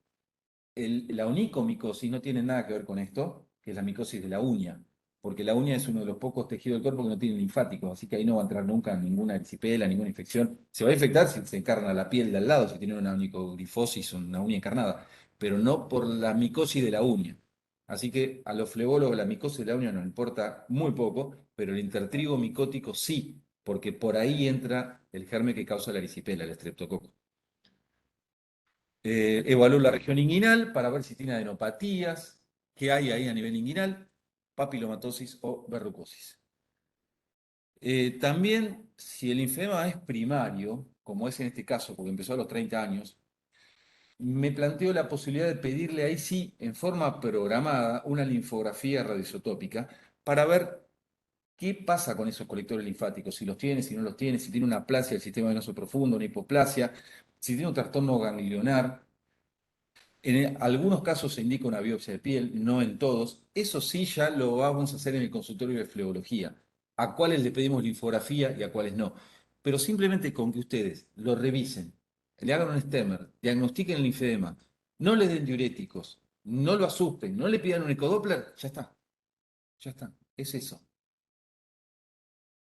Si hay alguna duda, y el linfedema, digo, capaz que no es primario, es un linfedema secundario. Secundario a una obliteración o una enfermedad en los ganglios ilíacos, que es en definitiva donde va toda la linfa de los miembros y de la pelvis, porque tiene, no sé, un tumor de próstata o un tumor del ovario en el caso de una mujer. En ese caso, si yo pienso que el linfedema es de aparición bastante más rápida, no lo tiene de los 30 años, y pienso que puede ser secundario, tengo que ver qué pasa en la pelvis. Y ahí sí puedo evaluarlo con una tomografía para ver las cadenas ganglionares ilíacas, pero no en este paciente. Y comienzo con el tratamiento del linfedema. Bueno, después, si hay tiempo, vemos el tratamiento del linfedema, pero lo importante no es que ustedes empiecen a hacer el tratamiento del linfedema, sino que no hagan cosas que no hay que hacer y hagan el diagnóstico clínico correcto con las manos y con la cabeza. Nada más. Caso clínico 2, 60 años, úlcera de 14 meses de evolución, cara interna de pierna, poco dolor en reposo, pero sí tiene pesadez y calambres al final del día. También el edema se incrementa con las horas en bipedestación, o sea que está parado, y nota mayor dureza a la noche que a la mañana. La pierna está más blandita a la mañana y a la noche está una piedra. También fuma y también refiere dolor en la pantorrilla cuando camina y lo obliga a detenerse ese dolor a los 200 metros. Bien, ¿qué ven en esta pierna?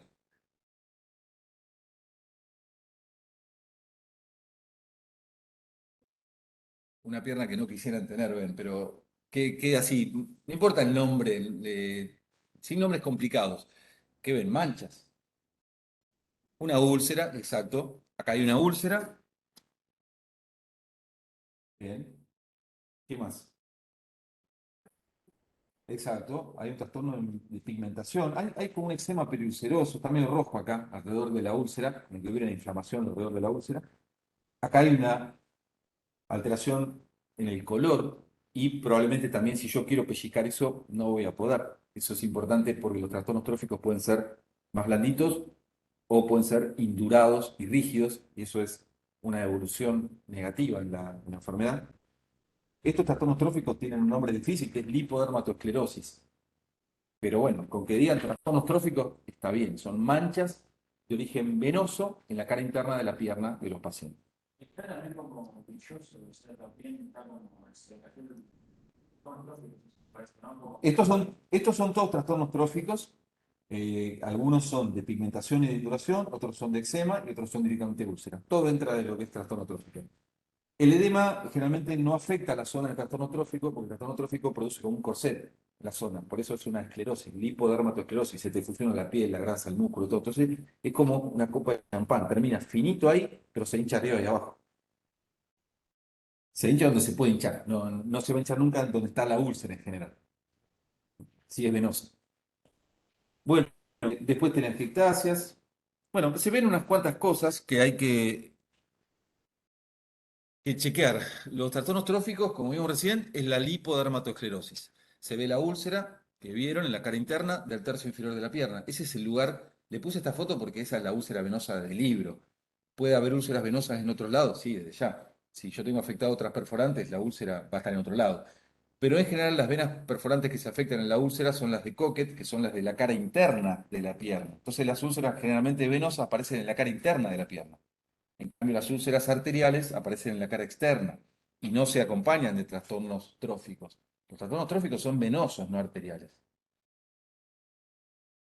La úlcera, fíjense que está rodeada por un tejido enfermo, por eso me hace pensar, la localización es venosa, cara interna de la pierna. La lipodermatoesclerosis y el tejido enfermo también es venoso. Entonces ya me voy tirando a la úlcera venosa. Tengo telangiectasias perimalleolares, que son las arañitas. Tengo edema malleolar, dermatitis ocre en alguna zona, que es la zona más marrón. El eczema periulceroso, la hipertrofia del gemelo, porque habitualmente las úlceras, esto es lo que yo les decía, un síndrome postrombótico. Este paciente seguramente tuvo una trombosis no tratada o tratada tarde o tratada bien, pero desarrolló un síndrome postrombótico y generó esa hipertrofia gemelar. Todas las piernas que han tenido trombosis venosa profunda quedan en general un poco más hinchadas que las otras. Siempre, siempre, siempre. Nunca van a estar iguales. Yo por eso te refiere él, lo que dice que es una Claro. No, eso es arterial. Está bien, perfecto. O sea, el paciente tiene toda la semiología es venosa, pero te tiró un dato arterial en el interrogatorio y te dijo, tengo claudicación, no, no tengo claudicación, me duele cuando camino. Entonces vos le decís, cuando caminás una cuadra, 2 cuadras, 3 cuadras o 10 kilómetros. No, 200 metros. Tiene una flor de claudicación, tiene un Fontaine bastante malo. Es decir, no es una isquemia crítica ni un dolor de reposo, está bien, podría caminar menos, pero tiene claudicación intermitente. O sea, tiene como que le agarra un perro ahí cuando camina 200 metros, siempre a la misma distancia, y cuando se para se le calma.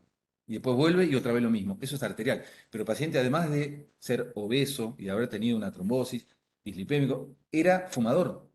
Entonces esto pasa mucho. La úlcera es venosa, pero ¿es venosa o es mixta? Porque tiene arteriopatía también. Por eso yo tengo que ver la presencia de pulsos. No puedo decir, esta úlcera es venosa, a mí las arterias no me interesan. No, no se las toco los pulsos, no. Pulso tibial posterior, pulso pedio, no, no me interesa. La temperatura también, la presencia de fobia, la induración, el pliegue cutáneo, todas esas cosas hay que evaluar. Entonces, ¿qué tipo de úlcera tiene el paciente? Bueno, acá les puse con los datos disponibles, en la anamnesis y el examen físico, sé que es una úlcera venosa, el componente venoso lo tiene, pero también tengo que confirmar o no la asociación con problemas arteriales, porque tiene claudicación. Entonces, lo que puedo hacer en el consultorio es tocar los pulsos. Y si vengo al laboratorio de habilidades clínicas de hoy, también le puedo hacer el índice de Yao, que lo van a aprender a hacer. Traje, aparte del ecodoppler ese que está ahí, el ecodoppler color, tengo ahí un Doppler direccional, que es un Doppler ciego, chiquitito, con un traductor de 8 MHz, que eso en un consultorio pueden tener. Y con eso pueden determinar el índice tobillo braquial de todos los pacientes que los vayan a ver por problemas en las piernas. Y el índice de Yao, o el índice de tobillo braquial, es para detectar si el paciente tiene arteriopatía. Y si tiene arteriopatía, también cuantificarla. O sea, qué grado de arteriopatía tiene, si es leve, moderado o severa.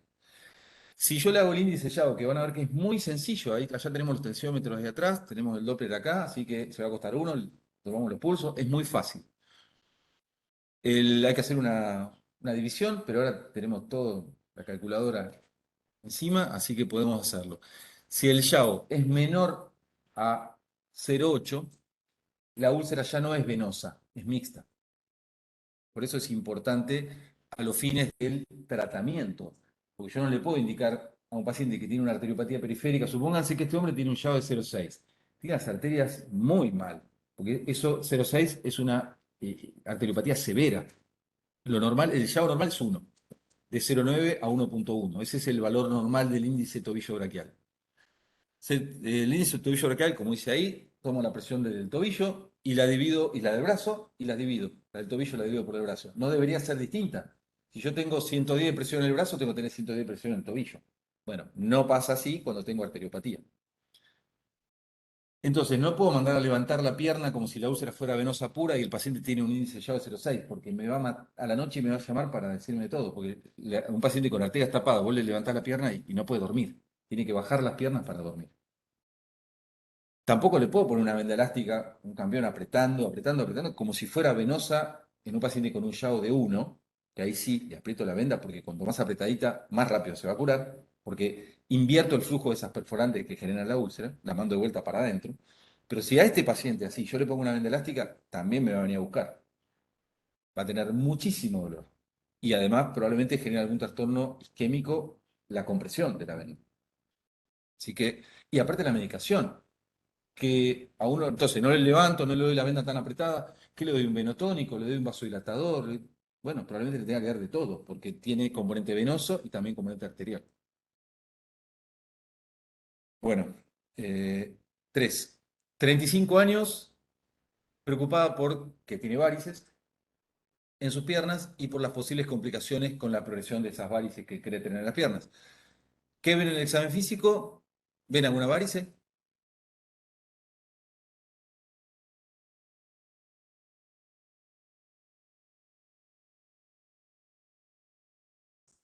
No son varices, exactamente, no son varices.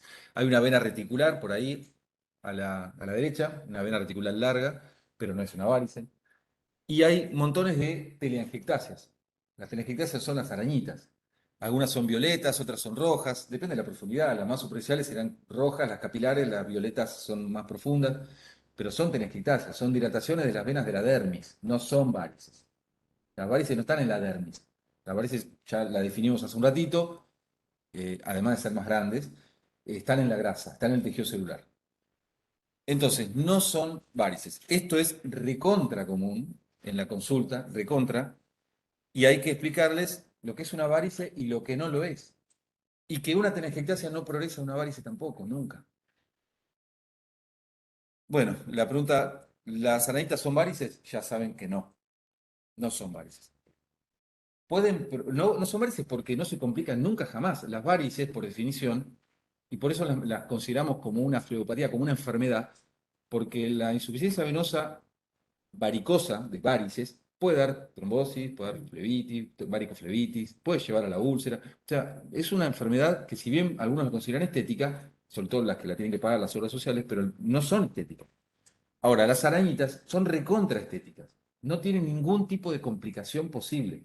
No progresan a una varice. No dan jamás trombosis, no dan flebitis, no dan úlcera. Dice, no, pero me re duele. Duele verla, pero no duele la telangiectasia. ¿Se complica? No. ¿Duele? No.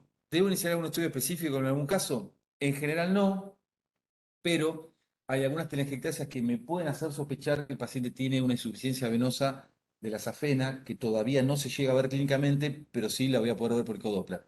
Si las telangiectasias son en la cara lateral externa, son hormonales, eso se llama plexo albanese, eso no le pida ningún estudio porque no tiene sentido, no hay nada ahí abajo. No hay ninguna safena que vaya por acá afuera. Ahora, si las telangiectasias son en el tobillo, perimalleolares, está indicado hacer un ecodoppler porque ahí puede haber una insuficiencia troncal de la safena mayor. Lo mismo si son en la cara interna de la pierna, de la patela, que pueden ser hormonales, pero también pueden estar indicando una insuficiencia de la safena. Entonces, si bien la respuesta es no son varices, no se complica, quédate tranquilo, no hay que tomar medicamentos, es estético, el tratamiento será la escleroterapia estética o nada, es correcto derivarlo para que veamos en qué casos le pedimos el Doppler y en qué casos no. También hay consultorios donde todo paciente que entra se le pide un Doppler. Eso es un error. El hecho que uno tenga disponible un estudio no significa que lo tenga que pedir. Salvo que, bueno, el ánimo del lugar sea la facturación de ese estudio. Pero nos tenemos que formar sabiendo qué estudio debemos pedir, no qué estudio piden en otro lado cuando no está indicado hacerlo. El último caso es 82 años, demencia senil, postrado, antecedente de fractura expuesta, que se complicó con una infección ósea. Los familiares lo traen porque tiene una úlcera crónica de miembros inferiores que recibió varios tratamientos sin resultado. Los varios tratamientos son la curación oclusiva, los coloides, antibióticos, presoterapia, alginato, VAC. VAC es la terapia de aspiración de las heridas, el vacuum. Todo esto se hizo y no anda, no funcionó. Esto es muy frecuente en los últimos meses. Tuve 2 meses, tuve 2 pacientes con esta patología. Es común. Entonces, acuérdense los antecedentes que tiene. Lo que veo es una herida crónica que es refractaria a los tratamientos, que tiene excesiva granulación, que se va como para arriba el tejido. La úlcera va para abajo. Y si va para arriba debería cerrar. Es un contrasentido que una úlcera como que esté granulando pero no esté cerrando y esté cada vez más grande. Presencia de granulación exofítica o excesiva, fácil sangrado, no duele y evaluación vascular normal. ¿Qué tengo que hacer con esto? Porque cuando una herida crónica no cierra, yo necesito hacerle ecodoppler porque la palpación del pulso, si bien me dice que si tiene una arteriopatía es leve, en el caso de que haya una herida, necesito saber con números el flujo arterial y lo mismo el venoso. En este caso, heridas crónicas refractarias a tratamiento, debo recurrir al ecodoppler. Bueno, ¿qué tengo que hacer con esto? ¿Qué harían ustedes con esto?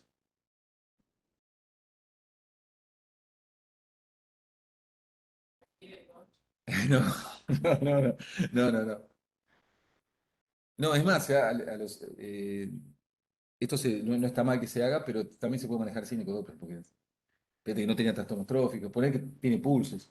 O sea, sabés que le estuvo dar bien. En realidad, por un tema de documentar el tratamiento de una lesión que puede ser severa y grave, como ahora van a ver, hay que tenerlo. Pero los últimos dos casos que yo tenía, ni siquiera me planteé la duda de hacerlo o no, que probablemente no se lo hubiera hecho, porque ya venía con el ecodoppler. Generalmente es el problema, ya vienen con el ecodoppler. Y vienen por arañitas, vienen por esto, vienen por linfedemas. Bueno, ¿qué tengo que hacer? Entonces, acá lo que hay que hacer es esto. Es correcto hacer una biopsia de una úlcera. Doc, ¿cómo andas? Tengo tantos hago para el práctico. ¿Vos te quedás ahora los Sí, sí, doce? me quedo, sí, sí, sí. Ah, bueno, te los dejo. Me pidió Gaby que te los traiga. Excelente, gracias. Vale. Bueno, entonces, tengo que hacer biopsia de esta lesión. Ya no puedo seguir cambiándole la cremita.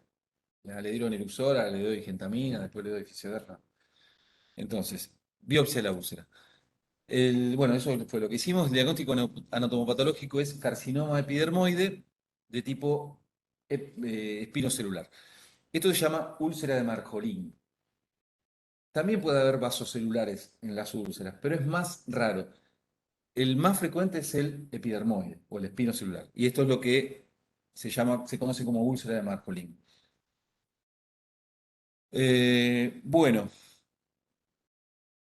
para terminar y resumir lo que vimos recién, para utilizar correctamente los recursos diagnósticos y terapéuticos hay que hacer el core de Wells. Si no, vamos a hacer macana o por más o por menos y no está bien ninguno de los dos caminos. Así que hay que hacer el Wells. Ahí tienen el algoritmo que habíamos charlado antes, según el menos de uno o dos o más de dos.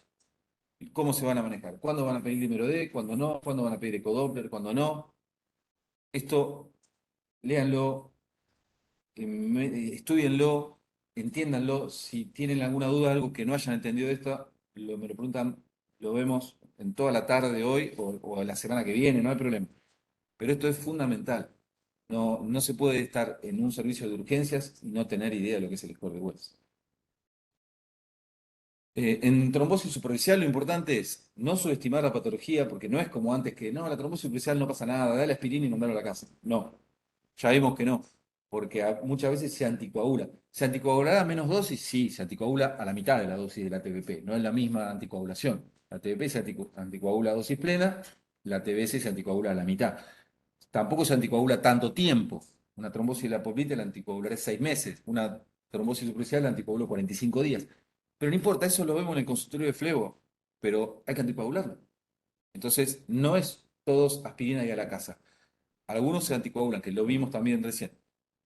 Considerar en los que correspondan a la neoplasia oculta, descartar trombofilias en lo que corresponda y siempre solicitar el ecodoppler, no como urgencia, pero para descartar que no se acompañe de una TBP. Varicorragia, es muy frecuente esto, no tiene cero gravedad, pero hay pacientes que se asustan, y la familia asusta más que ellos, y entonces no saben qué hacer y ponen la pierna en un balde, entonces llenan el balde con sangre lentamente, ¿sí? Se va llenando. Hay varicorragias que han requerido transfusiones, porque nadie dijo, a ver, comprimilo y levanta la pierna. Descartar coagulopatías, nunca recurrir a dar puntos, recordar mandarlo a consultorio para hacer la escleroterapia, que son unas inyecciones, unos pinchacitos con esclerosante. No hay que obligar a hacer reposo, otra vez lo mismo con reposo. Lo que sí hay que indicar es la media o la venda. Mejor indiquen venda, porque la media es muy cara y la tienen que indicar justa, porque si no el paciente lo va a ir a buscar para matarlo porque se gastó 8 lucas en una media y no era la media correcta. Entonces, como hay graduación, compresión, que sin pie, que sin puntera, que bueno, que con puño, sin puño, que de lycra, de algodón, venda elástica. Venda elástica es más fácil, es más económica, venda elástica de algodón, 10 centímetros de ancho y ya está. Bueno, acá múltiples causas en eritema, dolor, todas esas fotos que vimos, ya se dieron cuenta que hay muchas cosas rojas en las piernas y muchas hinchazones, muchos dolores. Eh, acá sí es imposible hacer solo esto, hay que trabajar en equipo. Yo cuando en consultorio veo un paciente con livedo reticularis o con alguna lesión vasculítica, diagnostico lo que tiene correctamente y lo derivo al reumatólogo, al especialista de medicina interna para que evalúe qué enfermedad autoinmunitaria puede tener debajo la paciente o si es simplemente un cutis marmonata o una livedo reticularis primaria, pero hay que trabajar en equipo. Pero el paciente entra por donde quiere él, no por donde queremos nosotros. A veces entra a la guardia, a veces entra al consultorio de flebología, a veces entra a un clínico, a veces el médico de cabecera de PAMIR. Entonces, todos tendríamos que estar en condiciones de poder diagnosticar lo que tiene, o por lo menos intentar llegar a un diagnóstico y después sí referirlo con los estudios correctos, no con 8.000 estudios. Hay que revisarlo al paciente, no es que se sentó, le duele la pierna, ah, ecodoppler. ¿No? El linfedema, bueno, van a leer un poquito que hay un primario y un secundario, las causas, conocer la semiología, el signo de Stemmer, diferenciarlo del lipedema. Eh, el lipedema se diferencia del linfedema, que el linfedema es el aumento de tamaño del miembro por dificultades en el transporte de la linfa. En cambio, el lipedema es el aumento de tamaño en los miembros, en uno, o generalmente es bilateral de los miembros, pero por aumento del tejido celular, grasa. Grasa. Pero esto no es obesidad, es lipedema. El lipedema, ustedes van a ver la pierna hinchada, pero el paciente se acuesta, se queda así 3 días y la pierna sigue teniendo exactamente igual. Es una pierna gorda, es una pierna hinchada. La pantorrilla es, el Aquiles no está finito, es todo hinchado, pero no es edema. Esto no tiene godet, es grasa. El lipedema es una lipodistrofia. Van a ver en consultorio gente que tiene como la mitad del cuerpo para abajo de una determinada cantidad de tejido celular subcutáneo, de grasa, y la mitad para arriba otra, menor. Los brazos finitos, el torso, el tronco finito y las piernas gruesas. Y son referidos a consultorios porque tienen edema. Y eso no es edema. O en todo caso se llama lipedema. No se confunda porque lipedema no es en realidad un edema. Justamente es el antiedema, es grasa, no es edema. Que coexiste el lipedema con un grado de linfedema asociado puede ser, pero también puede haber lipedema puro. Y la lipodistrofia no tiene tratamiento, no hay que explicar al paciente que la forma de la pierna la va a tener, la va a seguir teniendo. Por más que deje los diuréticos, que deje lo que está haciendo, porque la va a seguir teniendo. Y que no se lipoaspire con cánulas la pierna, porque si no va a tener encima del lipedema un linfedema, porque la cánula te rompe todos los linfáticos de la pierna. Bueno, las complicaciones ya les dije que puede haber. Las úlceras, bueno, a veces no son tan fáciles arterial o venosa, de hecho hay 25 causas de úlcera, son úlceras reumáticas, tumorales, traumáticas, autoinmunes, hay montones, neuropáticas, pero las dos más comunes serían venosas o arteriales. Esa diferencia la tienen que hacer, arterial o venoso. Bueno, a veces son las dos, que se llaman úlceras mixtas. Ahí tienen la localización preferencial de la úlcera venosa, cara interna, en general con pulsos palpables y trastornos tróficos alrededor. En cambio, las arteriales son isquémicas, son más pequeñas, son más dolorosas las úlceras arteriales. Cuando el paciente se acuesta, duelen más. Cuando el paciente tiene una úlcera venosa y se acuesta, le duele menos. En cambio, cuando se acuesta y le duele más, muy probable que sea arterial o que tenga un componente arterial. Son más chicas, son más profundas, la piel circundante es normal, no hay trastornos tróficos en las úlceras arteriales y generalmente no hay pulsos. La hipertensión también tiene un tipo de úlcera específica que se llama úlcera arteriolar hipertensiva de Martorell. Los pacientes hipertensos, si alguno de ustedes va a hacer clínica, cardiología y va a ver muchos pacientes hipertensos, van a ver cada tanto úlceras en las piernas que son muy particulares en la cara posterior, dolorosas, que empiezan como un grano, después se necrosa y aparece la úlcera. No son úlceras gigantes, no están rodeadas por trastornos tróficos, el paciente tiene pulsos, no tiene varices. Si ustedes empiezan a pedirle codoppler, va a dar todo normal. Bueno, son úlceras. Ahí lo que tienen que hacer cuando sospechan úlcera arteriolar hipertensiva de Martorell, mandarlo al flebólogo directamente. Hacemos la biopsia, pero no tiene nada que ver ni con lo arterial ni con lo venoso puro. Es una arterialización de la arteria de la dermis, pero se asocia con picos hipertensivos aparte. Si el paciente controla su presión, esas úlceras no se hacen, no se abren y cierran más rápido. Bueno, y acordarse de que una úlcera crónica que no cierra, que no cura, puede ser un cáncer de piel y no una úlcera. Y esto es importante, si no se trata con cirugía y con elastocompresión, la causa primaria de la úlcera, que son las varices, la insuficiencia de las perforantes y las varices, una vez que la úlcera cicatriza, el 100% de los pacientes van a tener residuos. Quiere decir que si ustedes ven un paciente con una úlcera, lo empiezan a tratar con fisiológico, no vamos a poder hablar ahora de cómo se curan las úlceras, porque es otro tema larguísimo y aparte no se curan todas iguales, pero en general no hay que colocar antisépticos adentro, hay que colocar con fisio y colocar el ungüento, la crema correcta de acuerdo al tipo de úlcera, pero eso lo pueden hacer en el consultorio. La úlcera eventualmente va a cerrar, si ustedes hicieron esta semiología que vimos recién, si a la venosa le indicaron la venda y si a la arterial le indicaron un vasodilatador y no una venda, puede cerrar. Pero el problema es que si la úlcera venosa cierra y ustedes no lo mandan al flebólogo, la úlcera se va a abrir. No se abre el 10%, el 20%, se abre el 100%. Porque la úlcera no es la enfermedad. La úlcera es un signo cutáneo tardío, una complicación de la enfermedad que es la insuficiencia venosa crónica. Lo que hay que tratar es la insuficiencia venosa crónica. Entonces hay que mandarlo porque ahí sí tenemos que hacerle un Doppler. Hay dos indicaciones de Doppler en el consultorio de flebología. Una es la trombosis venosa o la sospecha de ella, y la otra es el mapeo periquirúrgico de los pacientes que vamos a operar. Nada más, no hay otra. Si viene un paciente con varices que yo sé que no lo voy a operar porque es diabético, hipertenso, fumador, ¿para qué le voy a pedir un Doppler si que no lo voy a operar? Y no tiene una trombosis. Entonces, mándenlo a consultorio porque eso sí le hacemos Doppler, porque a ese paciente hay que operar. De las perforantes, de la safena. La safena mayor, cuando tiene un grado de reflujo severo, puede dar úlcera. No es como antes, hace 25 años, 30 años, cuando empecé a hacer flebología, la safena no daba úlcera. La safena daba trombosis, flebitis, pesadez, pero no daba úlcera. Decir eso era como una herejía total.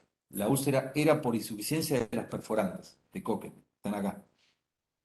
Bueno, después con los años se vio que sí, también las perforantes pueden dar úlcera, pero también hay perforantes que no lo dan porque son de reentrada, así que no todas las perforantes dan úlcera, pero lo que sí se vio, y se confirmó gracias al ecodoppler color, es que la insuficiencia troncal severa ya de la safena mayor puede dar úlcera, aún sin insuficiencia de perforantes. Así que no es úlcera igual insuficiencia de perforantes. Úlcera, lo más común es que haya un reflujo severo o en la safena mayor, o en las perforantes, o en las dos. Algo hay, obviamente.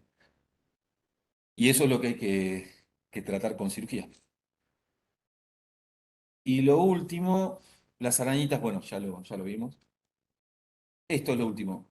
La clasificación que tienen que saber para poder referir un paciente a un consultorio de flebología en forma correcta se llama CEAP.